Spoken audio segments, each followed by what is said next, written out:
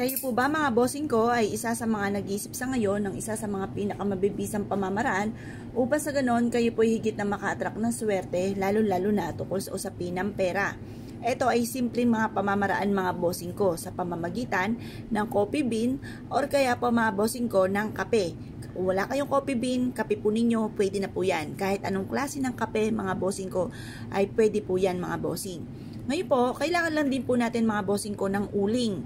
Bumili kayo ng uling, mura lang naman po ang uling, makakabili kayo ng 10 piso or kaya po ay 20. Magparikit po kayo mga bossing. Kahit konti lamang po na uling, okay na po yan. Ngayon pa mga bossing, humarap ka sa may silangan.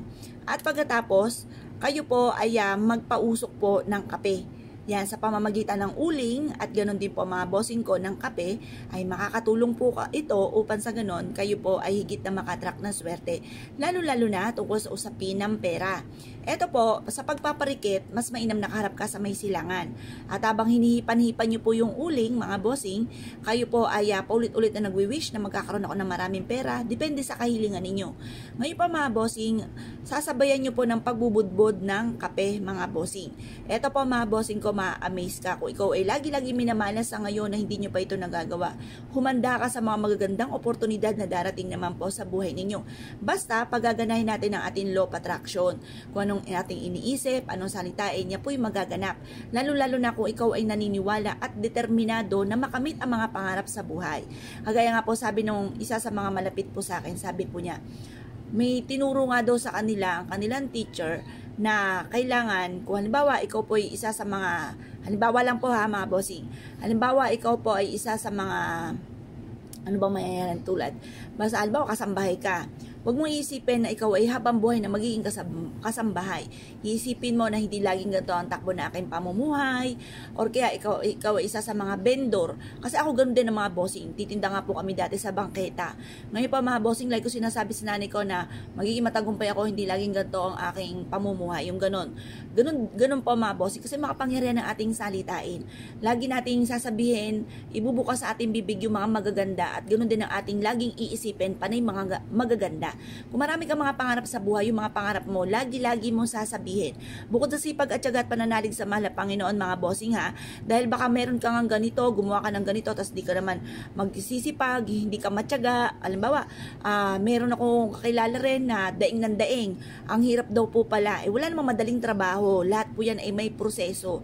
Yan. Ngayon pa mga bossing, kaya kailangan magtsatsaga ka.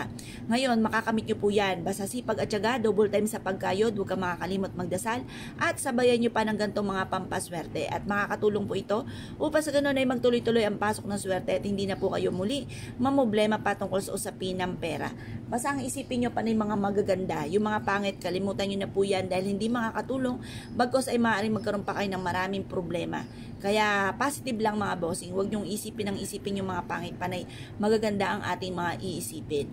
Ngayon pa mga bossing, ko kayo pinaniniwala at nais po itong gawin, subukan nyo po ito. Ngayon, pagtapos na po kayo ng pagpapausok sa may silangan, sa may main door po ninyo, ang gawin nyo po mga bossing, yung pinakauling, swerte na po yan, ilagay nyo po siya sa isang baso at ilagay sa gilid ng pintuan po ng main door or sa likod ng pintuan ng inyo po main door. Hayaan nyo lang po siya dyan. Yan po hihigop ng mga negatibong enerhiya, pati yung mga baho, di ba, yung mga suka, at saka yung mga uling, nakakatulong po yan upang sa ganon, maalis yung mga baho ng rep, yung mga ganyan, yung mga negative energy, mga bababaho nga po sa kapaligiran, makakatulong yan para hindi makapasok sa loob ng inyong tahanan. Kasi once na nakapasok po yan po ay may dulot na kamalasan, yung mga mababaho, madudumi, yan. Kaya kailangan meron tayong ganyan para maalis yung mga kamalasan. Kaya kung kayo pinaniwala mga bossing, ay siya. Good luck po sa inyo po lahat.